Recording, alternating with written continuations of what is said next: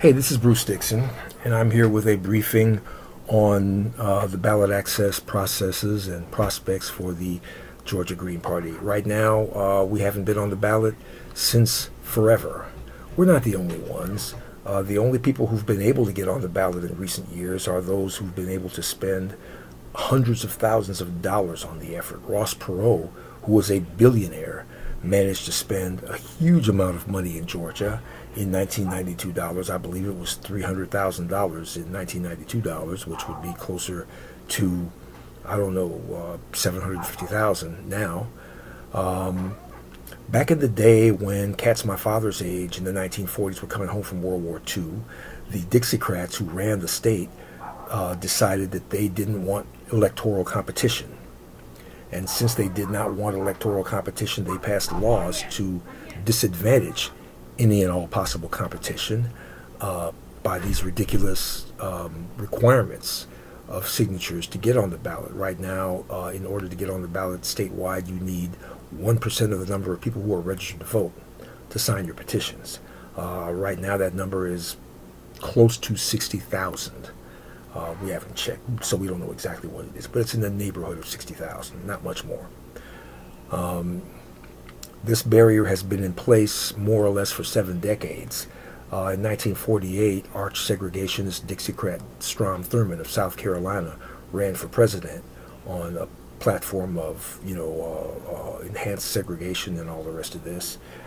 He split from the Democratic Party to do this, and the Dixiecrats who ran the Democratic Party in Georgia were in heavy sympathy with Strom, so they bent the law and suspended their own law that they had just passed a few years before for Strom to get on the ballot and run for president.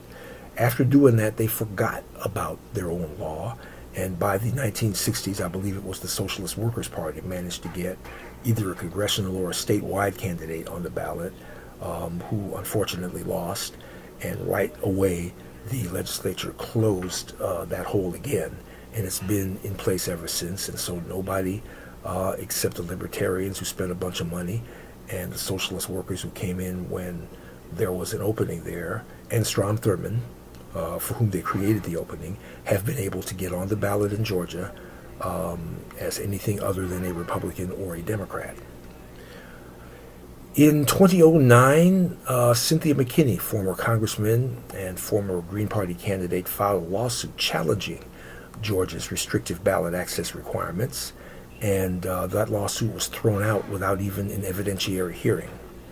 A few years later, we tried to take that lawsuit back into court, and when we did take it back, we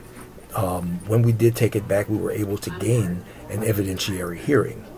The evidentiary hearing resulted in a judgment in our favor, and the judgment in our favor lowered the number of signatures needed for ballot access for the presidential candidate for the presidential campaign down to 7,500. That judgment was handed down St. Patrick's Day 2016 in early March. We were unable to get that number of signatures to get Jill Stein on the ballot. We narrowly missed it. And that requirement now still stands for presidential candidates. Unfortunately, 2018 is not a presidential year, but there are statewide offices at stake. And so for the 2018 election, the barrier of 60,000 signatures still stands. There have always been people who said, well, why don't you run candidates for local office first before you run candidates for statewide office? Well, the Dixiecrats who passed these original laws, they thought of that.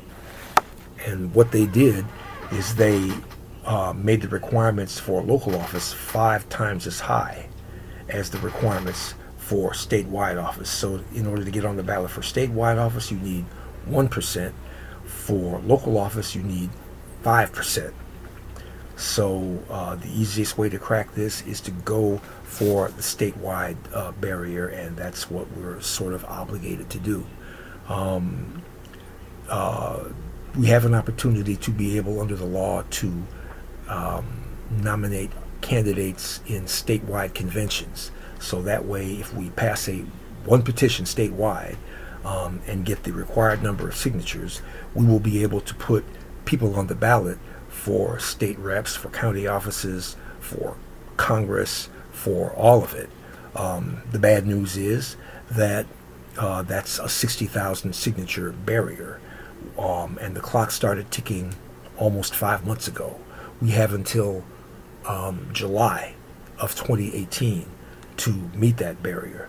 But there's good news behind that too. The good news is that we have an opportunity to go back to court, and given the logic that the judges bought when they handed down the previous decision in our favor, and they also agreed to pay our lawyer for it too, but the logic that they used to rule in our favor last time, if that logic obtains, then it is highly likely that the 60,000 signature barrier will be significantly lowered.